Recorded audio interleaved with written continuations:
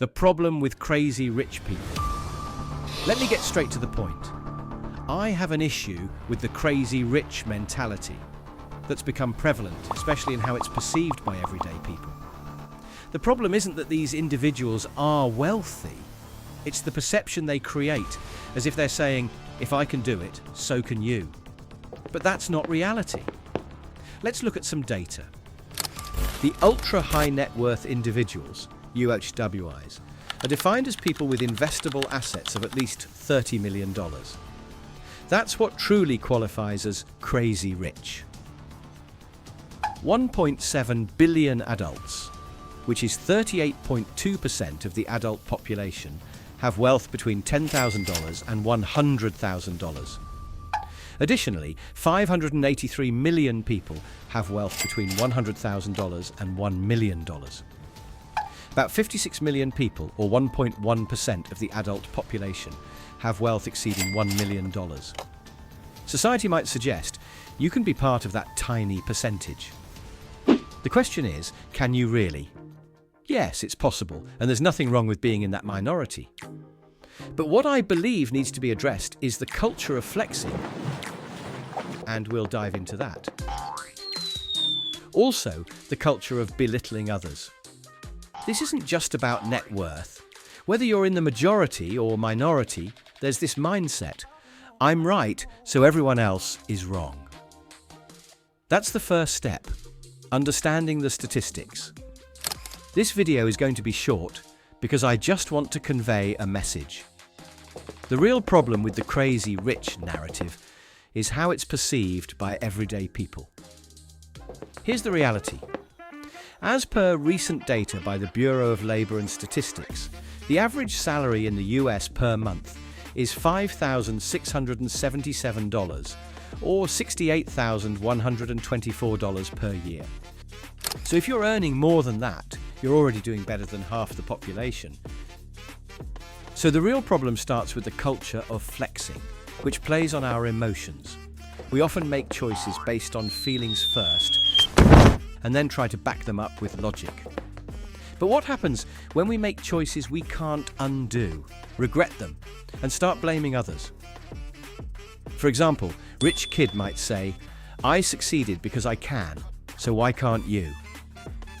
This overlooks many factors that aren't the same for everyone, like skills, connections, abilities, and advantages. And the real issue is that unrealistic expectations lead to misguided strategies.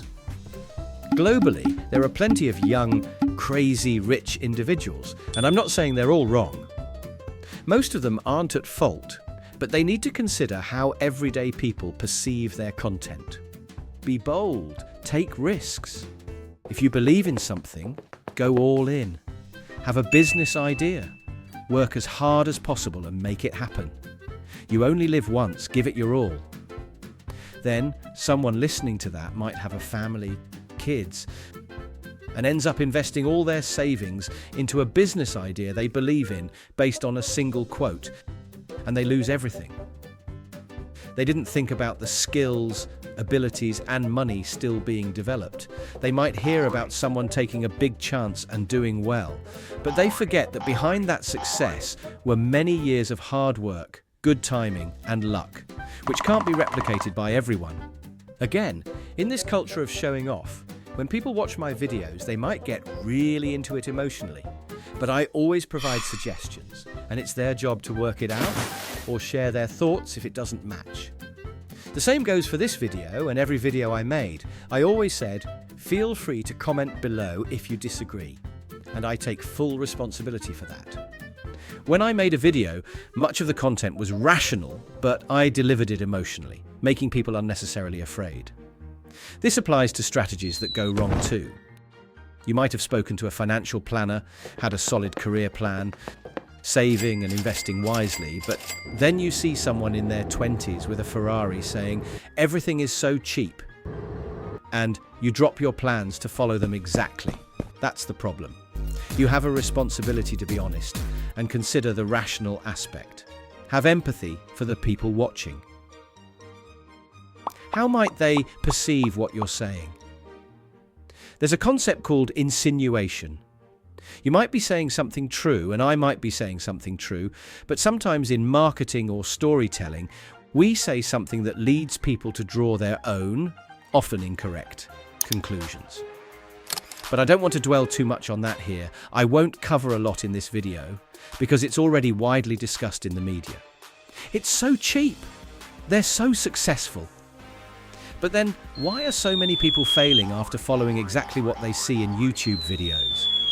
Rather than focusing only on the problems, I want to promote some solutions.